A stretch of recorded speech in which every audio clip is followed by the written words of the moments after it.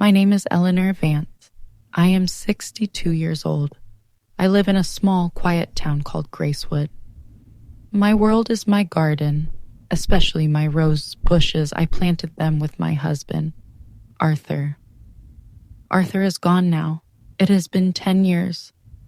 We had a daughter, Clara. She was our everything. She was bright and full of dreams. She wanted to be a famous painter in Paris. When she turned 20, she left. She said, "I will make you proud, Mother. I will come back to you." I waited. Every day I looked after her room. Just as she left it, I wrote her letters, telling her about the roses, about the town, about how much I missed her. At first, her letters were frequent. She was happy. She was studying art. Then the letters became fewer. Then they stopped. For 5 years, there was only silence. People in town talked. They said, "She forgot you, Eleanor." But I never believed them. A mother's heart always hopes. One afternoon, a car stopped in front of my house. A woman stepped out. She was elegant and carried a large portfolio. It was Clara. My heart leaped with joy. I ran to her and held her tightly. Tears streamed down my face. "You came back," I whispered. She smiled, but her eyes were different. They were older, more distant. We drank tea in the garden. I asked, "Tell me everything. Your life, your art, are you happy?" She told me stories of Paris, of galleries and success. She showed me her paintings from her portfolio. They were beautiful, but they felt cold.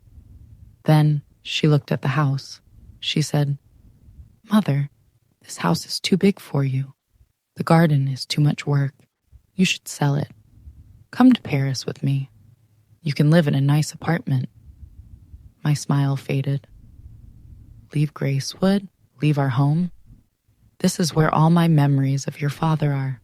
This is where I waited for you. She held my hand. The memories are in your heart, not in these old walls. I have a good life now. I can take care of you. Please do this for me. I was torn. I did not want to leave. But my daughter was here after years of silence. She wanted me. Maybe this was my chance to be with her again. I trusted her. I said, "Yes." We sold the house quickly. Clara handled everything. She said she would invest the money for our future in Paris.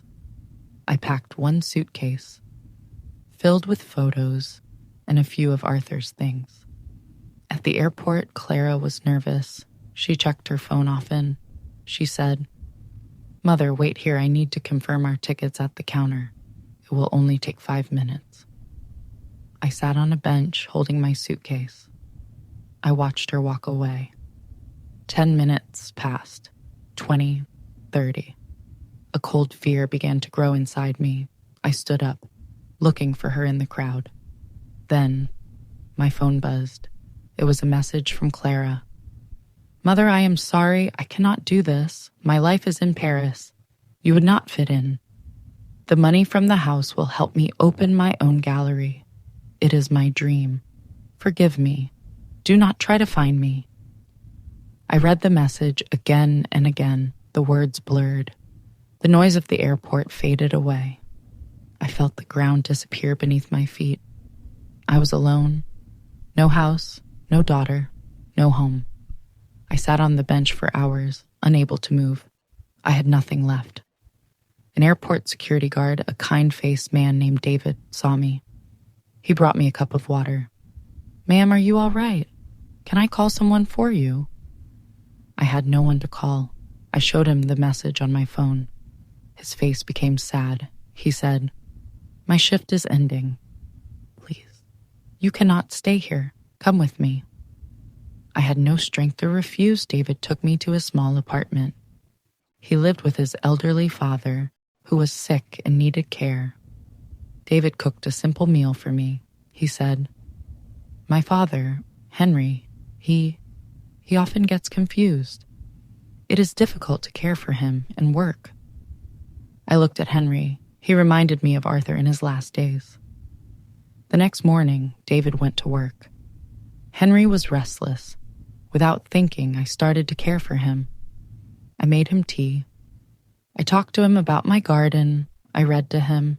He calmed down and smiled at me. When David came home, he saw a clean apartment and his father, peaceful and happy, his eyes filled with tears of relief. He said, "Eleanor, you are a miracle." Days turned into weeks. I stayed with David and Henry.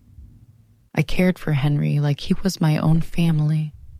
David treated me with a respect and kindness I had never known from my own child. We helped each other one evening. David came home with a small rose plant in a pot. He said, "For you, so you can have a piece of your garden again." I cried that night, but for the first time, they were not all tears of sadness. One day, a letter arrived for me. It was from a lawyer. The new owner of my old house had found a box hidden in the attic. Behind a loose board, it was addressed to me. I opened it. Inside, I found dozens of my old letters to Clara. She had received them all, and with them was a single unsent letter from her, written 3 years ago. "Dear Mother," it began, "I have failed. My art is not selling. I am ashamed. I am living a lie. I cannot come back until I am the success you believe I am. I am sorry. I love you." I held the letter to my heart. My daughter had not forgotten me. She was lost. The woman who came to me was not my Clara. She was a desperate stranger trapped by her own pride. I did not have my house. I did not know where my daughter was. But I had a new family. I had a purpose. I had a small rose plant, promising new growth. David called me mother. And in my heart, I had found the son I never knew I needed. I learned that home is not a house. It is not a place. It is where you are loved and where you are needed. And for that, I am grateful. What would you do if you were in Eleanor's place? Tell me in the comments below. If you liked this story, please like, comment, share, and subscribe.